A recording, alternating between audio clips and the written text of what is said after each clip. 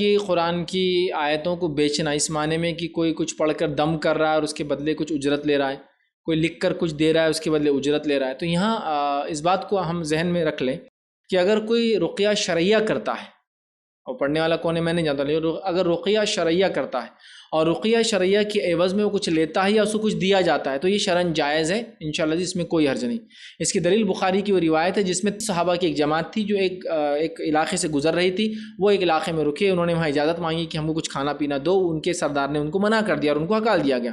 اس کے بعد وہ جماعت گاؤں سے باہر رک گئی اور تھوڑی دیر بعد ایک لونڈی بھاگتی اور کہا تم میں سے کیا کوئی شخص ہے جو علاج کرنا جانتا ہے؟ جھاڑ پھونک ہمارے سردار ہے، اس کو بچھو یا سانپ نے ڈس لیا۔ اس کے بعد ایک صحابی اٹھے جن کے تعلق سے لوگ کہتے ہیں ہم تو نہیں جانتے تھے کہ ایسا کرتے ہیں، لیکن وہ اٹھے اور انہوں نے کہا میں علاج کروں گا۔ لوگوں نے کہا نہیں علاج مت کرو اس کا، اس نے اپنے کو رہنے کے لیے دیا، کھانے کے لیے نہیں دیا۔ کہا کوئی بات نہیں۔ انہوں نے یہ کہا کہ تم اگر مجھے کچھ تحفے میں دو گے تو میں اس کے عوض یہ علاج کروں گا۔ اس کے بعد ہوا یہ کہ وہ اٹھ کر وہاں سے گئے اور وہ راضی ہو گئے سردار، انہوں نے دم کیا اور اس نے 30 بکریاں دے دی۔ صحابہ میں سے کسی نے بھی اس بکری کو ہاتھ نہیں لیا اور کہا تم نے لی تم ہی رکھو، نبی اکرم صلی اللہ علیہ وسلم کو پہلے مسئلہ بتایا جائے گا، آپ اس مسئلے کو دیکھ کر کیا جواب دیتے ہیں اس کے بعد ہم فیصلہ کریں گے۔ نبی اکرم صلی اللہ علیہ وسلم تک پہنچے، مسئلہ بتایا گیا، آپ نے اس صحابی کو بلا رکھا تمہیں کیسا معلوم کہ سورہ فاتحہ رقیہ ہے، دم کرنے کی چیز ہے؟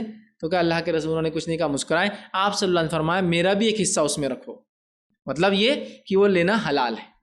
تو پتہ چلا اگر رقیہ شرعیہ شریعت کے بنیاد پہ کوئی علاج کرتا ہے جس کے عوض وہ کچھ لیتا ہے تو شرعاً جواز ہے، جس کی دلیل ہمیں ملتی ہے، لیکن اس میں ظلم اور زیادتی نہ ہو کسی کے اوپر اور دھوکہ دھڑی نہ اور غیر شرعی نہ ہو۔ یاد رکھیں اگر شرعی ہے اور کچھ اس کی اجرت لیتا ہے تو انشاءاللہ لینے میں کوئی حرج نہیں۔ اگر فری کرتا ہے تو بہت اچھی بات ہے، لیکن سوال یہ ہے کہ وہ کمائے گا کہاں سے؟ اگر فل ٹائم یہی کام کرتا ہے تو اگر وہ کوئی اجرت لیتا ہے تو لینے میں انشاءاللہ عزیز کوئی حرج نہیں ہے انشاءاللہ۔